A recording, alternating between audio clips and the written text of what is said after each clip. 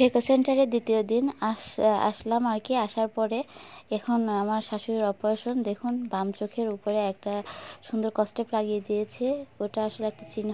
আর এই তো আর কি আমার শাশুড়ি খুব টেনশন করছিল, আমি আমার হাজব্যান্ডও খুবই টেনশনে ছিলাম। অলরেডি এখানে জমা নিয়ে নিয়েছিল প্রেসক্রিপশন।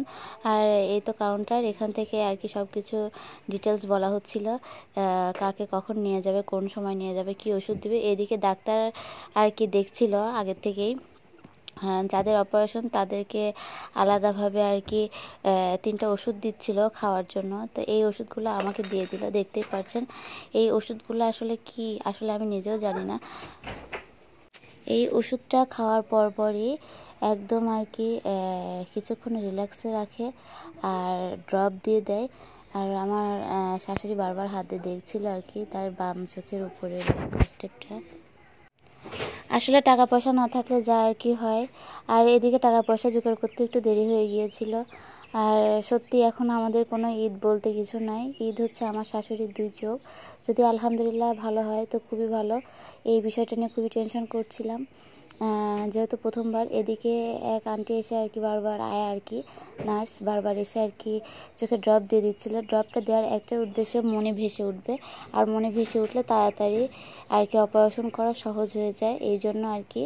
আর দেখতে পাচ্ছেন মনেটা অলরেডি ভেসে উঠেছে, সাদা মনে। আমি একটু ক্লোজ করে নিলাম। এদিকে আমার শাশুড়িকে আমি রেডি করাই দিচ্ছিলাম চুল টুল বেঁধে। আসলে অনেক সময় আমরা দেখে থাকি আপন মানুষ কখনো কাজে আসে না, পর মানুষ অনেক কাজে আসে। আমাদের ক্ষেত্রে তাই হয়েছে। আপন বলতে আমাদের কেউই ছিল না বা কেউই নাই। হ্যাঁ, বলার মতো বা কথা শোনানোর মতো অনেকেই আছে বা থাকে অনেকের ক্ষেত্রেই, আমাদের ক্ষেত্রেও তাই হয়েছে। কিন্তু কথা বলে বা হেল্প করে এগিয়ে দেওয়ার মতো কেউই ছিল না, একদমই একা ছিল। আর পর আমাদের এতটাই হেল্প করেছে, আমরা আসলে ভাবতেও পারি না যে এই মানুষগুলো আমাদের সাথে থাকবে। যেমন এই নার্সরা এসে একদম নিজেদের মতো করে আর কি খুব ভালোবেসে আমাদের সাথে মিশছিল এবং আমার শাশুড়িকে বারবার ড্রপ দিয়ে যাচ্ছিল, অনেক সুন্দর করে কথা বলছিল। আবার এখানকার ডাক্তার বলেন, তারপরে কাউন্টার থেকে ভাইরা বলেন, যে যেখানে আর কি আছে, আপুরা আছে, সবাই এতটা ভালো ছিল। যাই হোক আলহামদুলিল্লাহ, নিজেদের মতো আর কি আমাদের ভালোবাসছে, নিজেদের করে নিয়েছিল এক কথায়। আর এদিকে আমার শাশুড়ি ভয় পাচ্ছিল ওটিতে যেতে, তাই আমার হাজব্যান্ডকে বললাম যে তুমি একটু এগিয়ে দিয়ে আসো। এই তো এখন ওটিতে যাচ্ছে আমার শাশুড়ি খুবই নার্ভাস ফিল করতেছিল, যেহেতু প্রথম তার অপারেশন তার জীবনে, এই জন্য সে ভয় পাচ্ছিল। এদিকে নার্সটাও আর কি আয়া আন্টিটাও আর কি ভিতরে নিচ্ছিল, বলছিলাম না মা কোনো ভয় নাই, অপারেশন থিয়েটার দেখতে পাচ্ছেন। আমি যতক্ষণ পর্যন্ত অপারেশন হচ্ছিল না ততক্ষণ পর্যন্ত ওই অপারেশন রুমে ওখানে দাঁড়িয়েছিলাম আমি।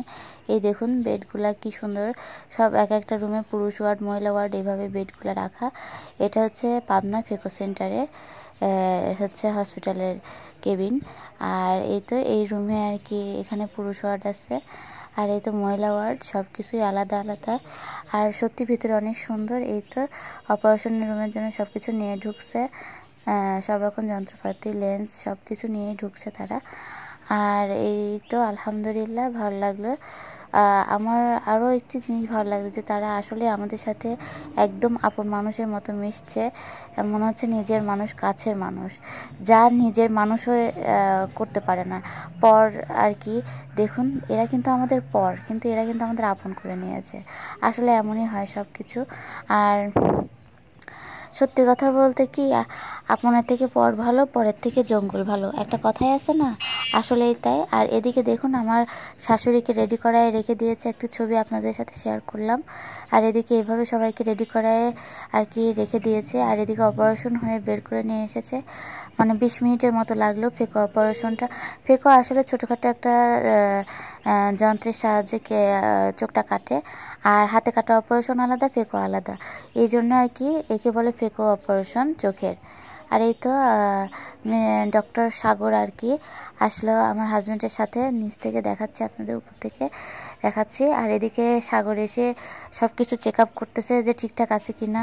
তারপর ওর সাথে যায় ড্রপ কিনে নিয়ে আসলো আমার হাজব্যান্ড। আসলে ও অনেক ভালো একটা ছেলে, আসলে অনেকটা হেল্প করছে, যা আপন মানুষে এভাবে হেল্প করে না।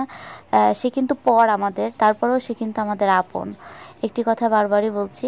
আর এই তো আমার শাশুড়ি আর কি বসে আছে, তার একটু খারাপ লাগছিল, আর কি চোখের ভেতরে, যেহেতু নতুন ফার্স্ট অপারেশন। আর এদিকে দেখুন বারান্দা আছে এক একটা রুমের সাথে, বারান্দাটা খুবই সুন্দর চারপাশে।